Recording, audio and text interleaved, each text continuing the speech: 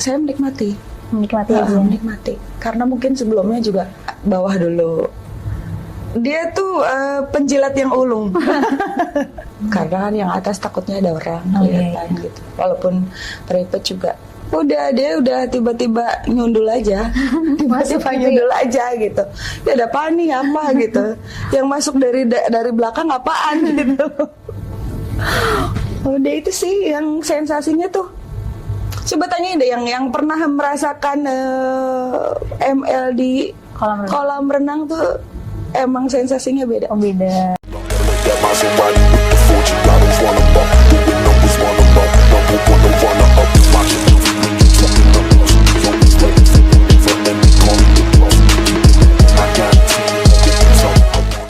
Jadi dari ceritanya Kak Talitha itu tadinya seorang wanita karir nih, wanita karir yang fokus banget dalam pekerjaannya, dan orang tuh pasti ada alasannya ya kenapa dia tuh jadi wanita karir. Dan ini adalah salah satu cerita yang menarik juga yang bakal kalian dengerin guys. Awalnya tuh gimana sih Kak? Ini kan aku sempat dengar cerita kakak itu dulu kakak pernah kena yang namanya diperkosa istilahnya. Itu ceritanya gimana Kak? Waktu itu awalnya memang saya kan tinggal di Bekasi terus kuliah. Saya kuliah di seni musik Unpas Bandung ya. Okay. Pas tingkat pertama kita nggak ada saya nggak ada apa-apa, nggak ada kejadian apa-apa, nggak ya semua normal lah, semua normal. Di saat tingkat 2 kebetulan saya ketemu sama teman baru, perempuan, orang asli Bandung. Dia itu termasuk memang agak nakal. Agak nakalnya tuh dia simpenan pejabat waktu itu. Ani-ani. Simpenan pejabat waktu itu. Kalau saya kan selalu berpikir positif bahwa ketika saya baik, semua orang pasti baik. Ternyata tidak. Dia tanya ke saya, kamu masih perawan nggak? Saya jawab, seadanya. Memang saya waktu itu masih perawan gitu, pas tingkat 2.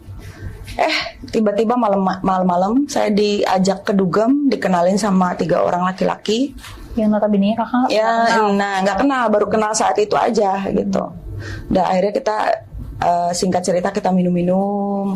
Saya biasanya cuman minum orange juice aja. Kalau misalkan ada teman yang lagi live musik juga saya ke Dugem, paling cuman orange juice aja. Saat itu saya nggak tahu dikasih minuman apa.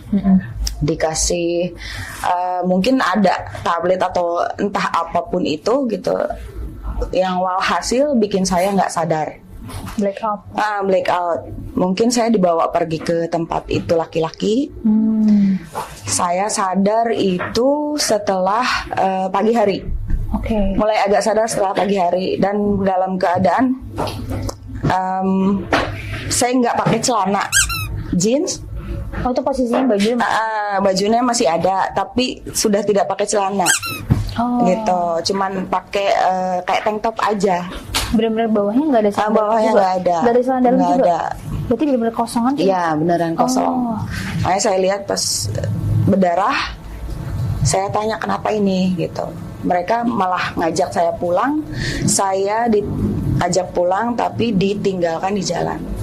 Itu posisinya berarti naik mobil? Iya, naik mobil. Dia bilang, ayo aku anterin pulang. Tapi ditaruh di jalanan? Iya, ditaruh di jalanan. Nggak dianterin ke kosan, nggak. Terus dia bilang apa tuh pas taruh di jalanan? Udah kamu tinggal di situ aja, nanti naik taksi kayak apa kek, gitu. Udah. Astaga. Sudah. Terus berarti dari saat itu yang paling bikin kakak terpuruk apa? Yang bikin saya terpuruk karena saya punya prinsip bahwa tidak akan menyerahkan kehormatan saya untuk laki-laki manapun kecuali nanti setelah menikah. Dan itu pun saya cuman ingat gini, bahwa kehormatan orang tua nomor 1 buat saya. Setelah kejadian itu saya otomatis berasa menjadi kayak perempuan sampah yang udah nggak punya masa depan. Iya, perempuan sampah yang nggak punya masa depan, yang nggak bisa yang nggak bisa nemu lagi kebahagiaan, dan mungkin bahkan nggak akan nemuin cinta gitu. Karena saya nggak pernah tahu bahwa kehidupan di kota besar itu mungkin hal-hal yang seperti itu wajar. Waktu itu saya nggak berpikir seperti itu, cuman saya mikirnya saya udah kotor. Dan akhirnya balik lagi ke kampus, saya berubah 180 derajat. Yang tadinya saya orang yang ceria, supel, nggak bisa diajak ngobrol gitu kan. Akhirnya saya diam terus di pojokan. Dengan yang tadinya nggak ngerokok, saya ngerokok. Yang tadinya saya nggak minum, saya cari minuman. Tiap hari saya gitu, ibaratnya meracuni diri sendiri. Untuk waktu itu cuman mikir simpel, saya mau mati. Saya pengen mati. Saya cuman pengen mati saat itu. Akhirnya ada dosen saya, dosen perkusi. Beliau nanya, kamu kenapa? Gitu. Bahasa Sunda sih waktu itu. Maneh kunaon gitu kan? Kenapa katanya? Kenapa kok beda gitu? Beda, jadi berubah karakter. Habis berubah karakter, kenapa kamu kayak orang sakit gitu? Kenapa aku bilang sakit jiwa? Emang sakit jiwa, gitu kan? Oh ya udahlah, mendingan jalan-jalan yuk katanya gitu. Mau apa sekarang gitu? Sampai selama sebulan itu dia pasok minuman ke kosan. Pokoknya di kulkas itu nggak pernah kosong minuman. Oh, yang nyediain itu dosen? Dosen aku waktu itu dikasih, disuplai tiap malam. Kalau saya mau kemana diikutin, dianterin, tapi ditungguin. Nah udah setelah itu dia ajak saya ke psikolog. Akhirnya diterapis. Terus mulai ketemu lagi sama sahabat saya lama, atlet football itu. Oh itu ketemu sahabatnya? Iya, sahabat saya lama. Ketemu lagi sama beliau, kita deket lagi. Dia juga salah satu orang yang support saya sampai saya sembuh gitu. Ya udah, akhirnya kita punya komitmen, kita jalan. Ya paling ketemuan kalau misalnya dia lagi main ke Bandung, lagi ada show ke Bandung, kita ketemuan, kita check in gitu. Kita check in, sering sih check in sama dia. Itu berarti sebelum pacaran?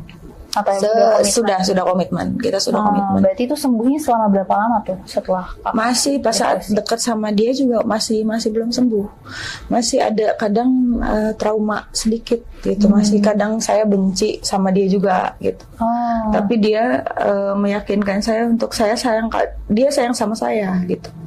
Saya nggak mau rusak kamu gitu. Cuman kayak seolah dia terapi saya untuk melakukan itu, tapi dengan rasa yang dengan caranya dia yang lebih lembut lah istilahnya. Biar akunya nggak trauma gitu, saya nggak trauma.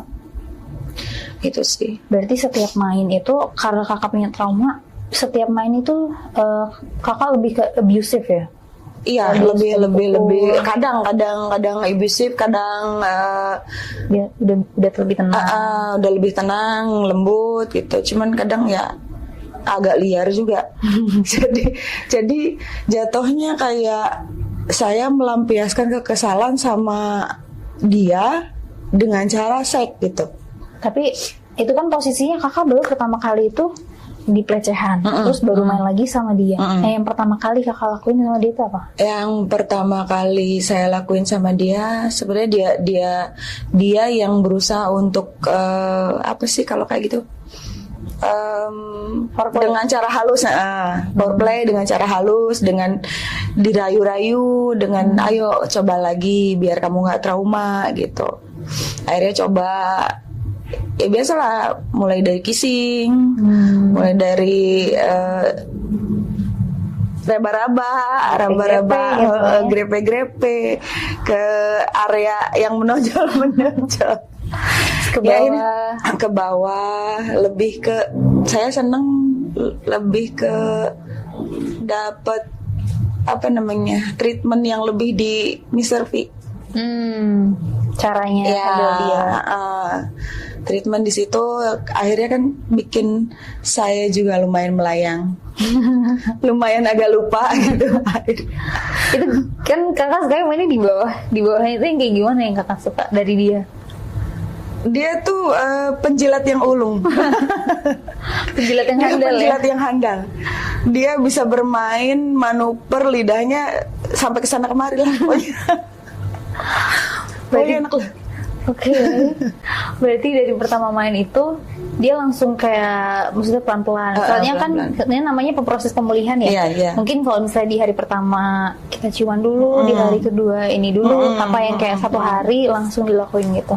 Gak sih, emang gitu. Apa namanya, prosesnya seminggu dia baru bisa pegang tangan saya, seminggu lagi baru bisa peluk saya, seminggu lagi baru bisa cium pipi, nanti nambah lagi gitu. Berarti selama kenal udah pacaran nih, berapa lama tuh yang akhirnya memutuskan kayak oh yaudah gue siap nih buat main? 1,5 tahun Baru bisa main. baru bisa. Itu pertama kali yang diajarin sama dia tuh apa?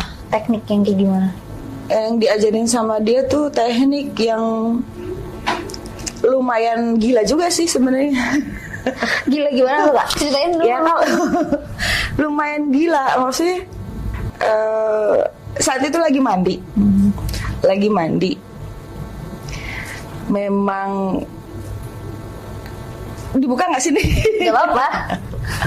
Lagi mandi, akunya lagi santai, itu lagi menikmati air. Tiba-tiba dia masuk dengan yang sudah ready. Akhirnya dia jebur juga ke situ. Disuruh nungging. Disuruh nungging. Disuruh yang asik sih ini sih, dia bisa ngejelatin punggung dari punggung sampai kalau orang Jawa masih lit. Oh. Paham nggak sih lit? Paham. Ya itu. Berarti dia doyan demennya foreplay ya? Iya, dia Lebih ke foreplay daripada ke mainnya. jagonya. Tapi kalau kakak Saya menikmati aja. menikmati karena mungkin sebelumnya juga emang nggak dapat foreplay. Langsung aja. Iya sih, benar-benar. Jadi kan yang bikin trauma tuh yang kayak gitu, yang terkesan dipaksa. Iya. Kalau itu kan kitanya udah relax, udah enjoy, dianya cukup manuvernya di badan saya tuh luar biasa deh. Cukup mengenal tubuh kakak ya mainnya tuh. Iya. Terus yang paling favorit kakak nih kalau dari dia, cara mainnya dia tuh apa? Kalau favorit aku dari dia tuh main di kolam renang. Di kolam renang? Gimana tuh? Kolam renang. Kan dua-duanya sama-sama berenang. Kebetulan emang nggak ada private pool, emang nggak ada orang. Ya kita pakai baju renang, tiba-tiba minta dicopot lah gitu. Baju renangnya yang one suit apa yang kayak atau BH sama dalaman gitu? BH sama dalaman. Oke.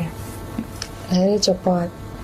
Pertama bawah dulu, karena kan yang atas takutnya ada orang kelihatan gitu. Walaupun private juga.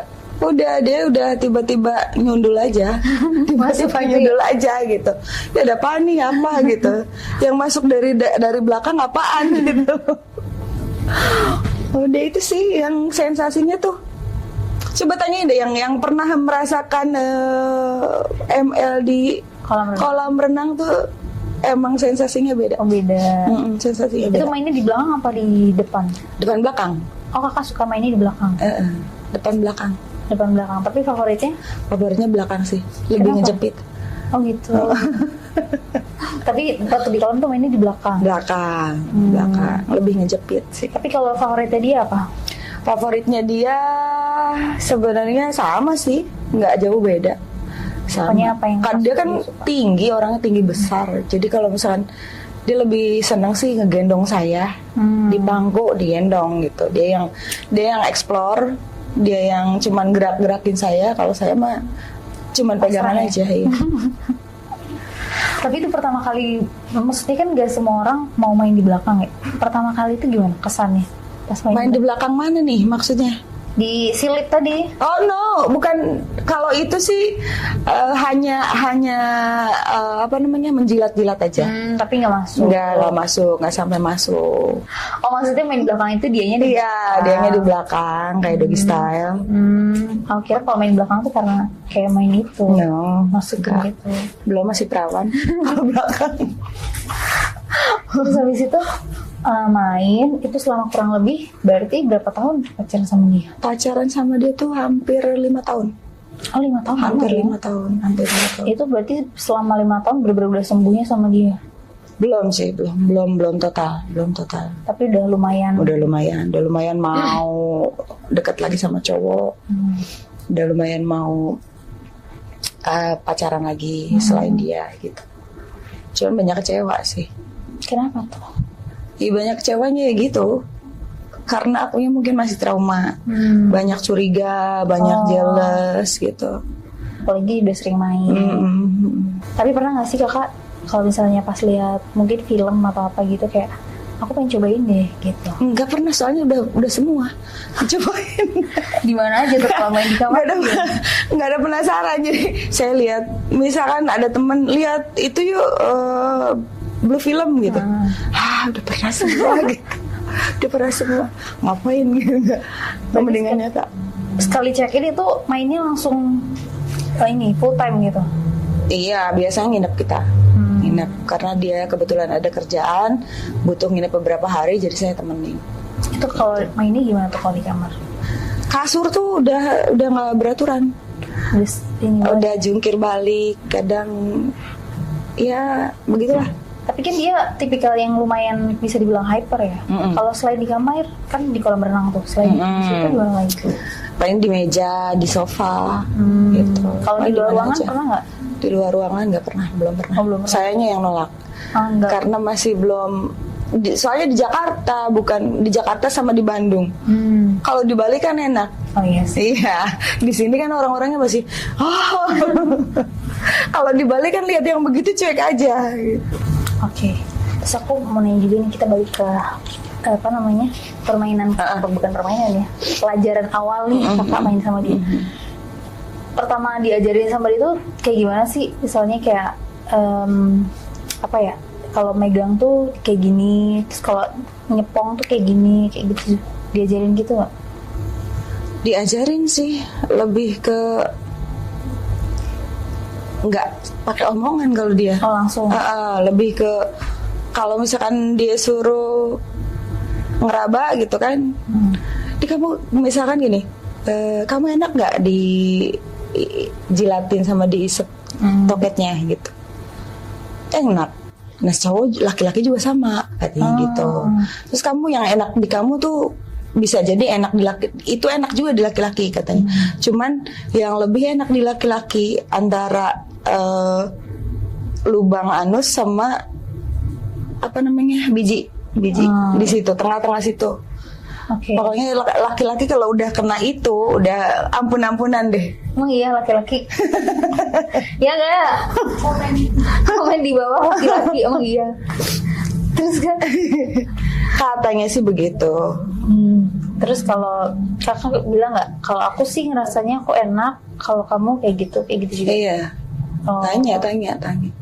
Dan kalau saya sih lebih enak kan kalau seks itu komunikasi.